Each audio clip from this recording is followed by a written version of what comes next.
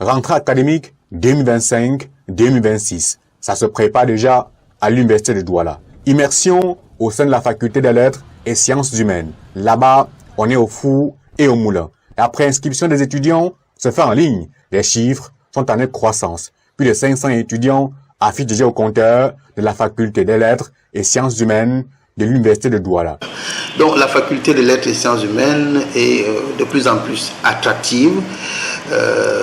Les gens s'intéressent, que ce soit d'ailleurs les nationaux camerounais ou les étrangers. Il se trouve que notre établissement attire beaucoup les jeunes.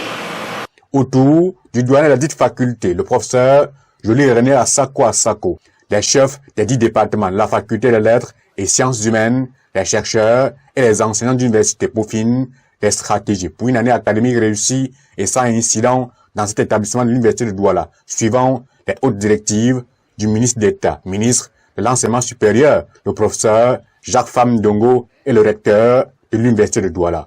Débouché de la faculté des lettres et sciences humaines. Parlons-en. Les gens ont eu une mauvaise appréciation des formations qui sont faites au niveau de la faculté des lettres et sciences humaines. La réalité est qu'il n'en est rien. Nous formons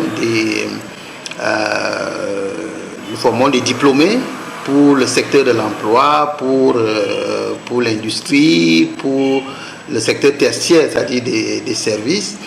Et même de plus en plus, nous formons des étudiants qui sont eux-mêmes des créateurs d'entreprises et des créateurs d'emplois.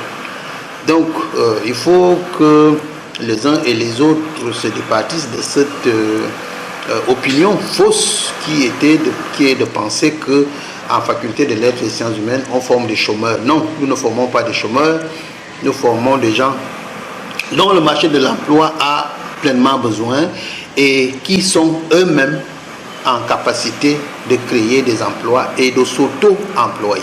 Le compte à rebours de l'année académique est déjà lancé à l'université de Douala et la faculté des lettres et sciences humaines pilotée par le professeur Joly René Asako a mis le pied sur l'accélérateur.